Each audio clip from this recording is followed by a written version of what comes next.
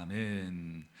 오늘은 함께 읽으신 신명기 6장 4절에서 9절 말씀을 중심으로 고난주간 특별 새벽 기도회 세 번째 시간으로 들으라 라는 제목의 말씀으로 잠시 은혜를 나누겠습니다. 저희가 이번 고난주간 기간 동안에 하나님께서 주신 6가지 명령을 다루어 가고 있습니다. 그리고 성경에 이 6가지 명령 외에도 수많은 명령들이 있습니다. 그러나 그 중에 제가 이 6가지를 추린 이유는 이 6가지 말씀의 흐름을 가지고 우리 성도님들이 고난주간을 허락하신 하나님의 마음을 알고 하나님 앞에서 바르게 좋은 하나님의 백성으로 살아갈 수 있도록 돕고 싶은 마음에 제가 이 말씀을 정한 겁니다. 그 첫 번째 말씀이 빛이 있으라라는 말씀이었죠. 이 빛이 있으라라고 하는 이 말씀은 없는 것 중에 있는 것을 만들어내시고 무질서함 가운데 혼란함 가운데 질서를 그리고 어두운 가운데서 또 빛을 만들어낸 거니까 다시 말하면 우리를 살리는 말씀이다, 생명의 말씀이다, 이렇게 정의할 수 있겠죠. 그러니까 저와 여러분이 어떤 상황 가운데 있든지 어떤 문제 가운데 있든지 여러분 안에 빛이 있으라 말씀하시는 그 하나님의 생명의 말씀이 들려진다면 하나님이 나를 살리려고 하시는구나, 그렇게 여러분 깨달으시면 됩니다. 그리고 그 살리는 하나님의 말씀이 내 육체에 하나님의 빛을 허락하시고 우리의 가정과 우리 자녀 가운데 하나님 그 빛을 허락해 주십시오. 여러분 그렇게 담대히 기도하십시오. 그 응답을 받으며 살아가는 여러분 될 수 있기를 주의 이름으로 축원합니다. 그렇게 우리를 살리는 하나님께서 우리에게 주시는 두 번째 명령이 뭐냐면 만물을 다스리라 라고 하는 말씀입니다. 하나님이 우리에게 복 주시는 하나님이다라는 걸 먼저 알려주시고, 그리고 하나님께서 우리에게 하나님의 권한을 위임해 주시면서 하나님이 창조하신 이 만물을 다스리라 말씀합니다.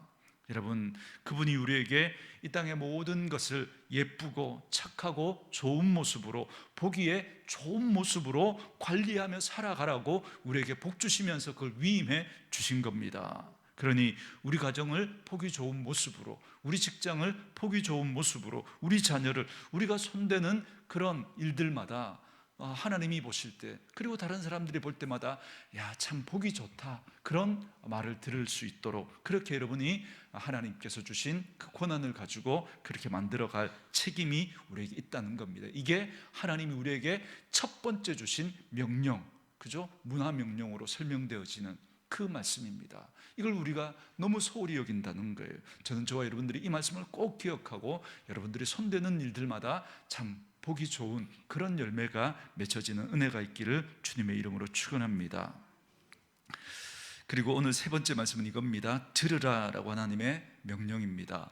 우리를 살리시는 하나님께서, 우리에게 복 주시는 하나님께서 이제 우리에게 들으라 라고 말씀하십니다. 제가 많은 하나님의 명령 중에 세 번째로 이 말씀을 선택한 이유는 이겁니다. 그렇게 복 주시는 하나님 앞에서 우리가 복을 받으며 가려면, 그리고 우리에게 그렇게 하나님의 권한을 위임해 주시면서 보기에 좋은 모습으로 그렇게 만들어 가라고 말씀하신 하나님께서 우리에게 세 번째 주신 말씀이 들으라는 겁니다. 왜요? 들어야 우리가 하나님의 복을 누리며 살아갈 수 있거든요. 들어야 우리가 아름다운 모습으로 그렇게 만들어갈 수 있기 때문에 그렇습니다. 그래서 들어야 합니다. 여러분, 오늘 신명기 말씀은 하나님께서 이스라엘 백성들을 애굽 땅에서 건져내시고 광야 40년의 시간을 다 보내고 난 다음에 이제 그 가나안 바로 코앞에서, 그죠? 이제 한 발만 내디디면 이제 그 약속하신 가나안 땅에 들어갈 수 있는 그 코앞에서 모세를 통해서 세 번의 설교로 주신 말씀이 바로 이 신명기 말씀입니다. 하나님은 이 말씀을 통해서 가나안 땅에 들어가서 새로운 삶을 살아가야 할 그들에게 지금 하나님의 백성은 어떻게 살아야 되는지를 준비시키고 계신 거예요. 그런데 그들이 들어가게 될 가나안 땅은 어떤 땅이냐면, 여러분, 하나님이 가나안 땅을 주시겠다고 약속하시면서 그 땅을 어떻게 표현하셨죠? 젖과 꿀이 흐르는 땅, 그렇게 표현하시죠. 이걸 오늘 우리가 나눌 그 말씀으로 그렇게 바꾸면 풍성한 그 삶으로 그렇게 바꿀 수 있습니다. 아무리 여러분 애굽이 비옥하고 풍요로운 땅이었다고 할지라도 거기서 그들은 어떤 삶을 살았죠? 종살이였죠. 아무리 수고하고 아무리 일해도 그게 내 것이 될 수 없는, 그죠? 아무리 수고해도 남는 게 없는 그 삶을 살았던 종살이를 했습니다.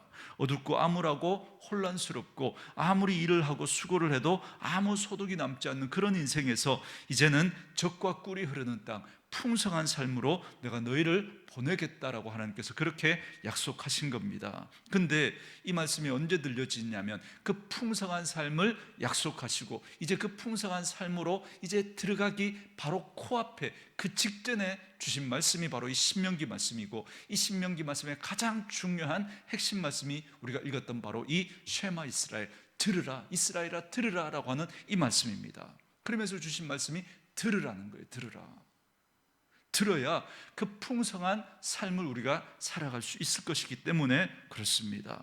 그래서 오늘은 왜 우리가 들어야 하는가에 대한 오늘 말씀을 저와 여러분들이 좀 나누려고 합니다. 먼저 1절부터 3절 말씀을 우리 다시 한번 더 읽도록 하겠습니다. 1절부터 3절까지 우리 같이 한번 읽을까요? 읽습니다. 시작. 이는 곧 너희의 하나님 여호와께서 너희에게 가르치라고 명하신 명령과 규례와 법도라. 너희가 건너가서 차지할 땅에서 행할 것이니 곧 너와 네 아들과 네 손자들이 평생에 네 하나님 여호와를 경외하며 내가 너희에게 명한 그 모든 규례와 명령을 지키게 하기 위한 것이며 또 네 나를 장구하게 하기 위한 것이라. 이스라엘아 듣고 삼가 그것을 행하라. 그리하면 네가 복을 받고 네 조상들의 하나님 여호와께서 네게 허락하심 같이 젖과 꿀이 흐르는 땅에서 네가 크게 번성하리라. 아멘. 자, 2절 끝부분 보세요. 1절과 2절 초반부 중반부까지 요약을 하면 뭐냐면 결국 하나입니다. 누구 말씀을? 하나님의 말씀을 뭐 하라는 거예요? 들으라라는 거죠. 듣고 그 다음에 순종하라라는 겁니다. 그러면 어떤 삶이 기다리고 있다는 거예요? 2절 끝부분에 말씀하시죠. 네 나를 장구하게 할 것이다.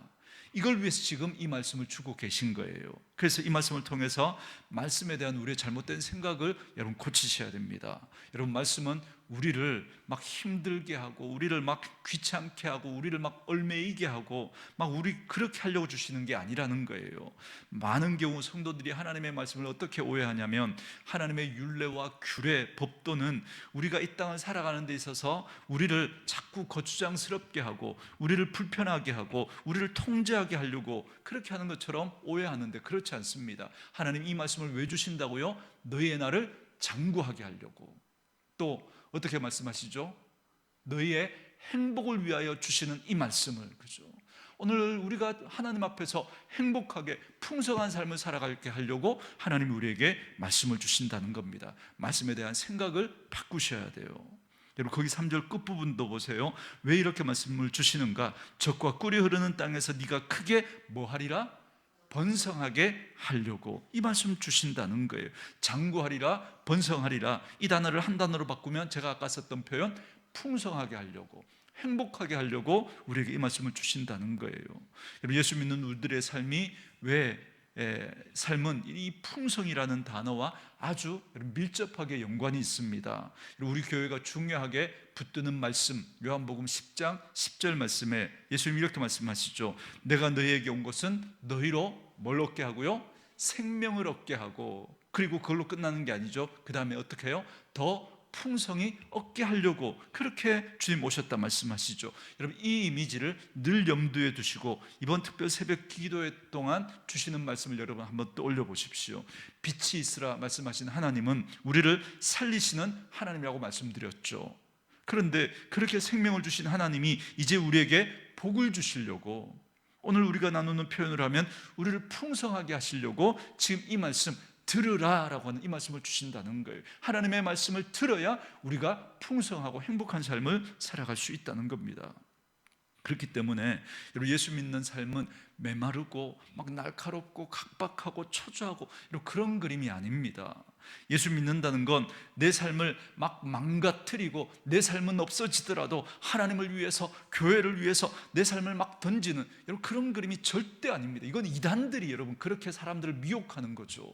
절대 그런 그림이 아닙니다. 가정도 내팽개치고 직장도 내팽개치고 학교도 때려치고 아닙니다. 도리어 이런 그림이죠. 하나님께서 저와 여러분을 더 생명력 있게 만들어주시고 더 예쁘게 만들어주시고 더 보기 좋게 만들어주시고 더 풍성하게, 더 행복하게 만들어주신다는 겁니다. 이게 하나님께서 우리들에게 그리고 계시는 그림이라는 거예요. 그래서 방향을 바꾸셔야 됩니다. 자꾸 하나님을 위해서 뭘 한다고 생각하면 안 돼요. 그렇죠? 그 이전에 먼저 우리가 뭐 해야 된다고요? 하나님께서 우리에게 주시는 걸 우리가 받아야 돼요. 하나님 주신 말씀을 들어야 돼요. 그래야 여러분 우리가 풍성한 삶을 살아갈 수 있습니다. 하나님이 내게 임하셔서 나를 따뜻하게 만들어주시고 나를 더 보기 좋게 그렇게 풍성하게 만들어주시는 겁니다. 이게 하나님이 우리에게 제일 기대하시는 거예요. 여러분, 이 말씀이 여러분 이해가 안 되시거든 여러분의 자녀를 한번 떠올려 보십시오. 여러분들의 자녀가 자녀들에게 여러분이 바라는 게 뭡니까? 이 자녀들이 우리에게 그저 뭐 좋은 집을 사주고 좋은 차를 사주고 좋은 옷과 좋은 음식을, 그러면 좋겠죠. 그죠? 물론. 그러나 여러분, 부모로서 그 자녀에게 가장 바라고 기대하는 마음은 뭐겠습니까? 그 자녀들이 정말 건강하게 잘 자라서 누가 봐도 보기 좋은 모습으로, 야, 저 집의 자녀들 참 좋다, 그 말 그저 듣고 싶은 거 아니겠습니까? 그래서 그들이 풍성하고 행복한 삶을 살아가는 것, 그게 여러분 부모가 바라는 가장 여러분 기대하는 모습 아니겠습니까? 사랑하는 성도 여러분, 하나님이 우리에게 뭘 원하실까요? 저는 우리 온누리 교회가 하나님 앞에 드릴 수 있는 최고의 선물은 우리들이 하나님 때문에, 예수님 때문에 행복해지는 것인 줄 믿습니다. 그러면 하나님은 너무 행복하신 거예요. 그런데 맨날 우리들끼리 막 날카로워가지고 뾰족뾰족 해가지고 맨날 싸우고 이러면, 그러면서 하나님이 일한다고 막 그러면 하나님이 뭐라 그러겠습니까? 제발 너희들끼리 좀 잘 살라고, 그죠? 그 마음 아니겠습니까? 그래서 하나님께서 빛이 있으라 말씀하신 하나님이 그들에게 복을 주시면서 만물을 다스리라고 말씀하시면서 이제 구체적으로 우리에게 그렇게 우리가 복을 받으며, 또 그리고 하나님이 위임하신 만물을 다스리는, 만물을 보기 좋게 그렇게 만들어가기 위해서 우리가 뭘 해야 되는지 구체적인 그 방법으로 알려주시는 말씀이 바로 들으라라고 하는 말씀입니다. 들어야 한다는 거예요. 여러분, 이 그림 이해되십니까? 그죠? 그 마음으로 어떻게 내 삶이 풍성해질 수 있는지, 하나님이 뭐라고 말씀하시는지 다시 한번 오늘 본문의 말씀을 읽어보도록 하겠습니다. 여러분, 4절부터 이번에 9절까지 한 목소리로 읽겠습니다. 시작. 이스라엘아 들으라, 우리 하나님 여호와는 오직 유일한 여호와시니 너는 마음을 다하고 뜻을 다하고 힘을 다하여 내 하나님 여호와를 사랑하라. 오늘 내가 너희에게 명하는 이 말씀을 너는 마음에 새기고 네 자녀에게 부지런히 가르치며 집에 앉았을 때에든지 길을 갈 때에든지 누워있을 때에든지 일어날 때에든지 이 말씀을 강론할 것이며, 너는 또 그것을 네 손목에 메어 기호를 삼으며 네 미간에 붙여 표로 삼고 또 네 집 문설주와 바깥문에 기록할지니라. 아멘. 저는 저와 여러분에게 이 은혜가 있기를 주의 이름으로 축원합니다. 이 말씀은 세 가지 말씀으로 정리하고 말씀을 마치도록 하겠습니다. 어떻게 우리가 하나님 앞에 풍성한 삶을 살아갈 수 있는가? 첫 번째는 이겁니다. 4절 초반주에 이렇게 말씀하시죠. 이스라엘아 뭐하라? 들으라. 그러니까 첫 번째, 저와 여러분이 듣는 삶이 되어야 한다는 겁니다. 듣는 삶. 제가 주일날 썼던 표현으로 바꾸면 들려지는 인생이 되어야 한다는 겁니다. 들려지는 인생. 여러분, 구약 성경에서 하나님께서 들으라고 하시는 말씀이 얼마나 많이 나옵니까? 왜냐하면 들려져야만 여러분 살아나기 때문에 그렇습니다. 여러분, 성경을 이런 시각으로 한번 보시겠습니까? 선지자들을 포함해서 여러분 모든 하나님의 사람들의 삶이 권위가 있고 힘이 있었던 이유는 하나밖에 없습니다. 그들이 다른 사람들보다 뛰어나서, 다른 사람들보다 지식이 많아서, 경험이 많아서 그런가요? 아닙니다. 여러분, 아모스가, 왜 호세아가, 왜 요엘이 권위가 있고 권능이 있습니까? 그들이 하나님께로부터 들은 게 있기 때문에 그렇습니다. 들은 게 있기 때문에. 하나님으로부터 무엇인가를 듣는 순간 그들은 여러 보통 사람들과 구분이 되는 거예요. 구별이 되는 거예요. 더 정확하게 말하면 여러분, 들려졌기 때문에 그런 겁니다. 들려졌기 때문에. 그래서 들려지는 게 복입니다. 왜 그런지 여러분 한번 확인해 볼까요? 여러분, 마태복음 앞에 보면 성경, 그죠? 학개, 스가랴, 말라기가 있는데, 그죠? 이 서선지서 중에 여러분 먼저 학개 한번 보십시오. 학개 1장 1절 말씀, 구약 1310쪽입니다. 학개 1장 1절 말씀을 우리 같이 한번 읽어볼까요? 학개 1장 1절 말씀, 1310쪽. 예, 마태복음 기준으로 여러분 바로 그 학개, 스가랴, 말라기입니다. 학개. 자, 같이 읽습니다. 시작. 다리오 왕 제2년 여섯째 달 곧 그 달 초하루에 여호와의 말씀이 선지자 학개로 말미암아 스알디엘의 아들 유다 총독 수룹바벨과 여호사닥의 아들 대제사장 여호수아에게 임하니라. 이르시되 아멘. 여러분, 거기 사람 이름 다 빼면 뭐가 임했다고요? 여호와의 말씀이 임했다는 거죠. 누구를 통해서요? 학개를 통해서. 그러니까 하나님께서 누구에게 말씀하셨다는 거예요? 학개에게 말씀하셨다는 거죠. 그리고 학개 입장에서는 하나님의 말씀이 뭐 한 거예요? 들려진 거죠. 여러분, 우리가 발음하기도 어려운 이 모든 당대의 영향력 있는 사람들에게 지금 누가 말하고 있는 거예요? 학개가 말하고 있는 거예요. 학개가. 그러니까 하나님이 학개를 통해서 말씀하신 거죠. 그래서 이렇게 구분이 딱 되죠. 하나님, 학개, 그리고 나머지 사람들. 그 하나님을 빼고 나면 학개와 나머지 사람들로 구분되죠.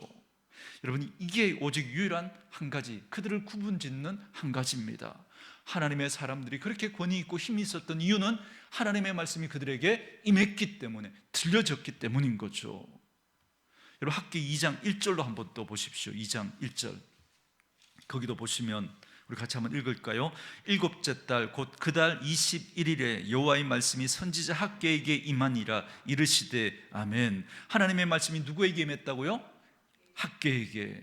이걸 오늘 우리가 쓰고 있는 표현으로 바꾸면 하나님의 말씀이 어떻게 해요? 들려졌다고요. 들려지는 순간 나머지 이스라엘 백성과 학개가 구분이 되는 겁니다. 여러분, 이번에 스가랴, 말라기 다 마찬가지입니다. 스가랴 1장 1절, 말라기 1장 1절 다 마찬가지예요. 제가 읽어드릴게요. 다리오 왕 제2년 8째 달에 여호와의 말씀이 이또의 손자 베레가의 아들 선지자 스가랴에게 임하니라. 이르시되.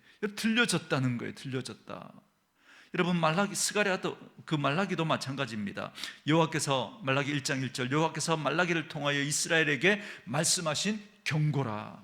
하나님의 말씀은 때로 격려로 오기도 하고 축복으로, 책망으로 오기도 합니다. 근데 그 경고의 말씀이 누구를 통해서 들려졌다고요? 말라기를 통해서 들려졌다는 겁니다. 그래서 말라기와 이스라엘 백성, 모든 백성들이 이렇게 구분이 되는 거예요. 제가 우리 식구들에게 오늘 말씀드리려고 하는 게 이겁니다. 하나님의 사람들은 자기가 깨달아서 일하는 게 아니에요. 깨달아서. 하나님의 사람들은 그런 식으로 절대 일하지 않습니다. 저와 여러분도 이걸 조심해야 돼요. 이걸. 우리가 부서나 혹은 전도회나 우리가 하나님의 일을 어디서 한다고 하면서 갑자기 내가 이게 깨달아진 거예요. 갑자기. 여러분, 그래서 이걸 하려고 하는 거예요. 여러분, 이것처럼 조심해야 될 게 없습니다. 왜냐하면 성경 어디에도 하나님의 사람들이 그렇게 일하지 않거든요. 어떻게 일해요? 하나님의 말씀이 들려져서 그 들려진 말씀으로 일하는 거예요. 그래서 제가 거듭거듭 저와 여러분들에게 계속 스스로에게 물어야 한다고 말씀드리죠. 내가 이렇게 사는 이유, 내가 이렇게 하려고 하는 이유, 내가 이렇게 행동하는 이유가 여러분 내가 깨달아져서인가 아니면 내게 들려져서인가? 여러분 점검하셔야 됩니다. 여러분 들려져야 된다 그러니까 여러분 오해하실까 봐 제가 또 말씀드리지만 여러분 뭐 들려진다는 게 뭐 꿈을 통해서 환상을 통해서 막 이러다가 뭐 그게 아니에요. 그렇죠? 그게 하나님 말씀하실 수 있지만 그러나 그게 하나님의 말씀인지 우리 뭘로 점검할 수 있어요? 기록된 말씀으로. 하나님이 우리에게 여러분 하나님의 말씀을 들을 수 있는 선명한 재료를 주셨거든요. 이게 기록된 하나님의 말씀입니다. 그러니까 깨달아도 어디를 통해서 깨달아야 돼요? 말씀을 통해서 깨달아야 돼요. 막 말씀도 없는데 막 이러다가 막 깨달아지고 여러분 그것처럼 위험한 게 없습니다. 말씀을 듣는 중에, 말씀을 읽는 중에 그때 깨달아지셔야 돼요. 그게 들려지는 거거든요. 그래서 말씀이 여러분 날 울리기도 하고, 말씀이 때로는 날 용기 내기도 하고, 때로는 말씀이 날 찌르기도 하고, 때로는 말씀이 나를 잠잠하게도 하고, 때로는 말씀이 날 막 밀기도 하고, 나를 붙잡기도 하고. 여러분, 그게 여러분 말씀이 우리에게서 그렇게 역사하시는 거예요. 그런데 들려진 하나님의 말씀에 재료도 없이 깨닫고 느끼고 행동하고 결정해버리는 거예요. 여러분, 그러면 마치 그림이 이런 거예요. 젖과 꿀이 흐르는 땅을 하나님이 이제 허락해 주시는데, 이제 한 발만 내딛으면, 그 강만, 요단강만 건너면 이제 하나님이 그들에게 이 풍성한 삶을 허락해 주셨는데, 그 땅에 들어가서 이스라엘 백성들이 어떻게 했어요? 하나님의 말씀을 청종하지 않고 자기 생각대로, 자기 경험대로, 자기 느낌대로, 자기 방법대로 살았죠, 결론적으로. 그래서 그들의 삶이 결국 어떻게 됩니까? 그들은 젖과 꿀이 흐르는 그 가나안 땅에 들어갔지만 그곳에서 여러분 샬롬을 잃어버립니다. 풍성을 잃어버립니다. 사사기가 그걸 잘 보여주잖아요. 샬롬의 땅에서 그들은 그 샬롬을 누리지 못하고, 그 풍성함을 누리지 못하고, 그들이 그런 고통받는 삶을 살게 됩니다. 여러분, 우리가 말씀대로 안 살자, 우리에게 하나님의 말씀이 안 들리잖아요. 그럼 우리는 어떻게 살아요? 내 생각대로, 내 마음대로 살게 돼요. 그러면 여러분, 풍성한 삶은 살 수가 없습니다. 듣지 않고 살아서 그런 거예요. 구체적으로 여쭤볼까요? 여러분은 어제 하루 어떻게 사셨습니까? 어떤 하나님의 음성이 여러분에게 들려졌습니까? 그리고 어떤 하나님의 말씀이 여러분들에게 치워지지 않는 하나님의 가르침이 되어 여러분 안에서 그 깨달아진 그 말씀 붙들고 여러분의 표정과 여러분의 행동과 여러분의 삶의 태도와 자세를 여러분 그렇게 만들어 가셨습니까? 저는 목회하면서 많은 분들을 이렇게 상담하고 대하잖아요. 여러분, 제일 이렇게 대하기 어려운 분이 어떤 분인지 아십니까? 제가 제일 대하기 어려운 분이, 여러분, 자기 생각만 가득한 분입니다. 자기 생각만. 여러분, 이런 분들은 남의 이야기를 들으려고 하지 않습니다. 자기 생각이 너무 이렇게 가득 차 있으니까 다 튕겨져 나가요. 그래서 그분이 이야기하는 걸 제가 한참 들어요. 듣고 난 다음에 제가 뭔가를 이야기하려고 하잖아요. 안 듣습니다. 그건 제가 이야기하고 싶지가 않은 거죠. 여러분, 그것처럼 불행한 게 없습니다. 그 인생처럼. 우리를 살리고 복 주시는 하나님이 이스라엘 백성들에게 풍성한 삶을 허락해 주시는 그 바로 길목에서 들으라고 말씀하신 이유가 바로 여기에 있는 겁니다. 저는 여러분을 축복합니다. 여러분에게 하나님의 음성이 들려지는 복이 있기를 주님의 이름으로 축원합니다. 두 번째 말씀은 이겁니다. 5절 끝부분인데요. 여러분 5절만 한번 읽도록 하겠습니다. 끝부분 5절부터 이제 끝부분까지지만 5절만 우리 한번 읽도록 하겠습니다. 읽습니다. 시작. 너는 마음을 다하고 뜻을 다하고 힘을 다하여 내 하나님 여호와를 사랑하라. 아멘. 여러분, 하나님을 사랑한다는 게 뭘까요?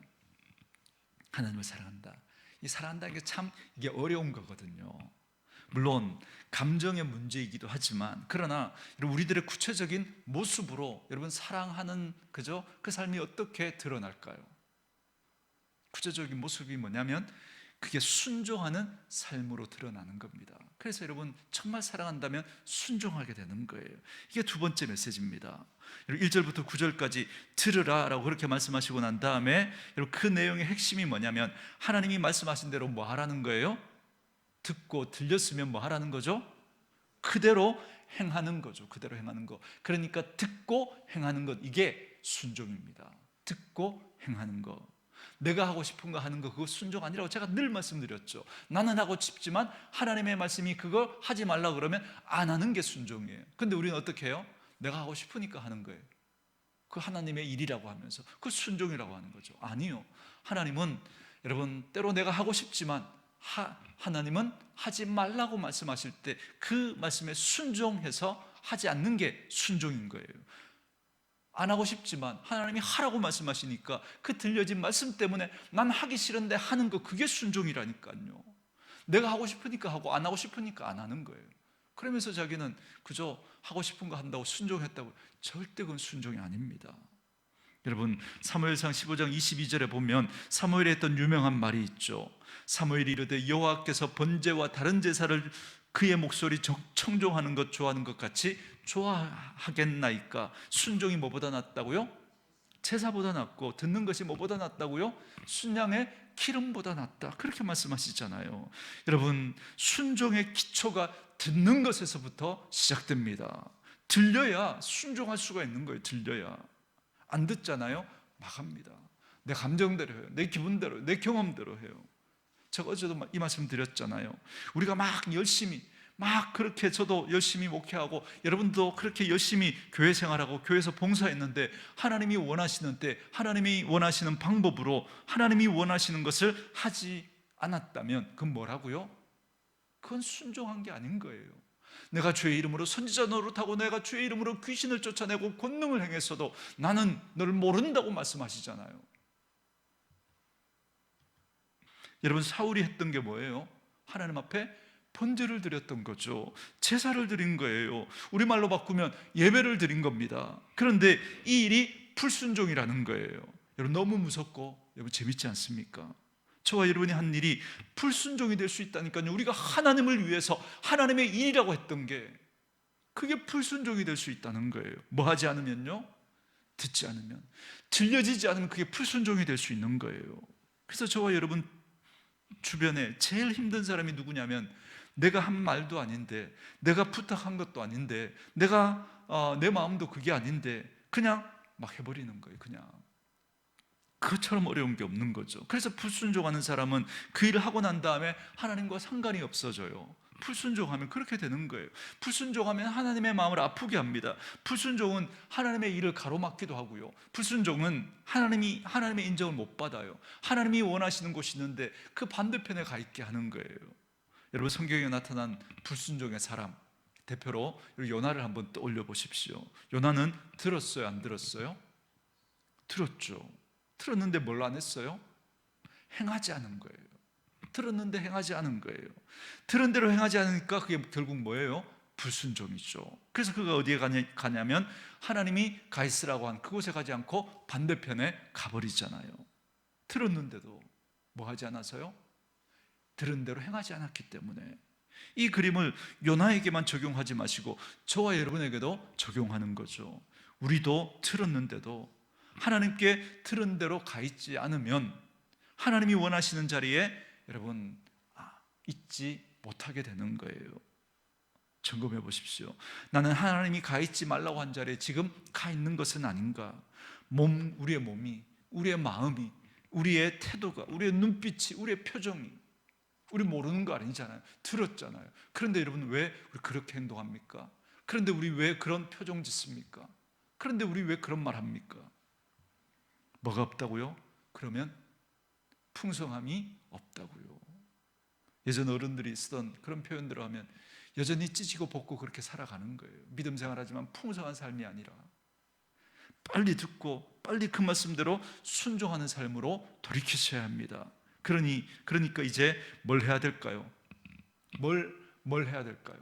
내가 하나님을 위해서 막 뭔가를 하는 것보다 더 중요한 게 첫 번째는 듣는 거예요. 듣는 거.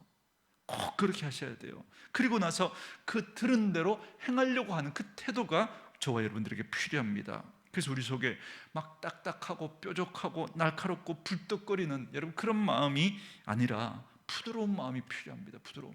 왜요? 부드러운 마음이 있어져야 거기에 뭐가 임할 수 있어요? 하나님의 말씀이 임할 수 있어요. 하나님의 말씀이 들려줘도 그 말씀이 뿌리를 내리고 자랄 수 있는 거예요. 여러분, 딱딱해지잖아요. 우리 마음이 막 불뚝불뚝해지잖아요. 그러면 그 말씀이 들려진다니까요. 들려줘도 여러분 행하지 않는 거예요. 그건 진짜 들은 게 아니거든요. 그래서 성경은 왜 착하고 좋은 그 마음을 부드러운 그 좋은 땅이라고 그렇게 표현할까요? 그래야 그 말씀에 하나님의 말씀이 임할 수 있기 때문에, 그래야 그 하나님의 말씀이 뿌리를 내리고 자랄 수 있기 때문에, 그래야 우리가 풍성한 삶을 살 수 있기 때문에 그렇습니다. 오늘 말씀을 끝나고 나서 여러분 꼭 기도하십시오. 하나님, 제게 들려지는 인생이 되게 해주십시오. 그 들은 대로 순종하는 삶의 태도와 자세가 그런 성향을 지닌 사람 되게 해주십시오. 여러분 간절하게 기도하셔야 합니다. 그리고 마지막 세 번째는 이겁니다. 오늘 말씀의 핵심이 뭐죠? 들으라는 거죠. 들으라. 그래서 뭘 지키며 살아가라는 거예요? 하나님의 말씀을 지키며 살아가라는 거죠. 그래서 세 번째는 이겁니다. 기준을 가지고 살아가는 삶이 되어야 한다라는 것입니다. 기준이 있는 삶. 왜 예수 믿는 사람들의 삶이 복된 삶이 되지 못하는가? 우리에게 기준이 없기 때문에 그렇습니다. 예수를 믿어도. 여러분, 요즘 이 시대를 포스트 모더니즘 시대라 그렇죠. 여러분, 뭐 이 말의 뜻을 뭐 제대로 몰라도 여러분, 자꾸 이 시대가 어떤 시대가 되어버리냐면 기준과 권위가 사라져버린 그런 시대가 여러분 그렇게 되고 있습니다. 여러분, 15년 전, 20년 전만 해도 뭐 동성애자 같은 그런 분들은 공개적인 그런 자리에 나타날 수도 없고 그걸 드러낼 수도 없었어요. 여러분, 그런데 지금은 어떻게 되어버렸습니까? 그런 사람들을 지적하는 사람이 이제는 그저 설 자리가 없어지는 거예요. 방송에서도 이런 마찬가지지 않습니까? 왜 그럴까요? 기준이 흐려져서 그런 거예요. 기준이. 근데 여러분, 기준 없는 삶이 좋은 것 같지만, 자유로운 것 같지만 여러분, 그렇지 않습니다. 성경은 한 번도 그런 맥락으로 말하지 않아요. 우리는 하나님께로부터 왔고 하나님으로부터 그 권한을 허락받았습니다. 그런 사람들입니다. 그러니까 우리는 이 땅의 사람들이 아니라 하나님의 사람이라는 거죠. 그런데 그 하나님의 사람들이 가지고 있어야 될 그 풍성한 삶을 누리기 위해서 가지고 있어야 될 게 뭐냐면 바로 하나님의 말씀이라는 겁니다. 그 하나님의 말씀이 기준이 우리가 선명하게 있어야 돼요. 그런데 그 기준이 흐려지잖아요. 그러면 우리에게 풍성한 삶은 사라져버립니다.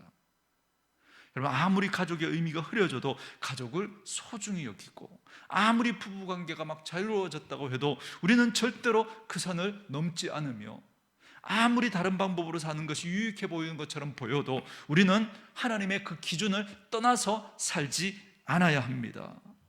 여러분, 기준은 여러분의 기준은 어떻습니까?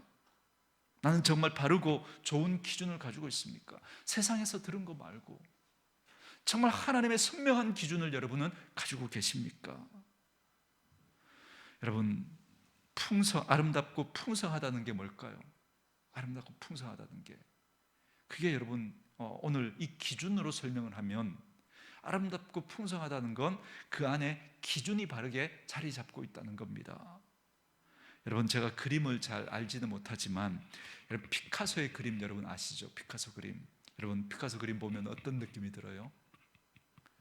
이 무슨 그림이 이렇게 귀기하냐? 이게 진짜 어른이 그린 거 맞냐? 막 어린이가 그런 거 아니야? 뭐 그런 생각 들지 않습니까? 그죠? 저도 그랬거든요. 그런데 이 피카소가 그렇게 그림을 그린 기준을 제가 이렇게 듣게 됐어요. 그걸 딱 듣고 나니까 그 그림이 이해가 되는 거예요.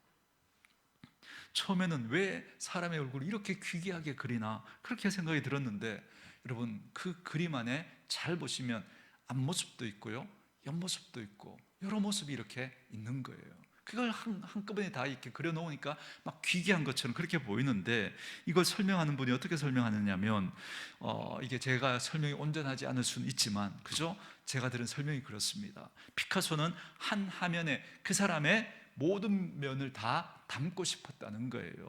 앞모습만 그리면 그냥 앞모습밖에 담을 수가 없잖아요. 그러니까 옆에서 보는 그 사람의 모습, 옆에서 보는 것도 왼편, 오른편이 있잖아요. 그런 모습들을 다 담고 싶었던 거예요. 그래서 그걸 한 화면에다가, 한 장의 그림에다가 다 이렇게 담아 놓다 보니까 우리가 보기에는 귀기한 그런 그림처럼 보이는 거예요. 그런데 여러분, 그 기준이 있었다는 거죠. 그 사람의 그 한 단면이 아니라 전체 모습을 다 담고 싶었다는 거죠. 이야기를 듣고 나니까 그죠? 그림이 보이는 거예요. 사랑하는 성도 여러분, 여러분은 어떤 기준으로 여러분의 인생을 보면 되겠습니까? 그 사람은 돈이라는 딱 단어가 들어가니까 이해가 되는 거예요. 혹시 여러분 그런 인생은 아닙니까? 쾌락이라고 하는 그게 딱 들어가니까 그 사람이 이해되는 거예요. 여러분, 그런 인생을 혹시 살고 있지는 않습니까? 전 저와 여러분에게 하나님의 말씀이 딱 들어가니까 그 사람이 이해되어지는 그런 분들 될 수 있기를 주의 이름으로 축원합니다. 그래서 들으라는 거예요. 기준이 있어야 한다는 겁니다. 저는 여러분을 축복합니다. 여러분의 인생이 들려지는 인생 되기를 바라고, 그래서 그 들려진 말씀에 순종하는 인생이 되어서 기준이 사라지는 그런 시대의 기준 인생이 되어서 하나님이 우리에게 맡기신 것들을 잘 관리하며 그 속에서 풍성한 삶을 살아가는 저와 여러분 될 수 있기를 주의 이름으로 축원합니다.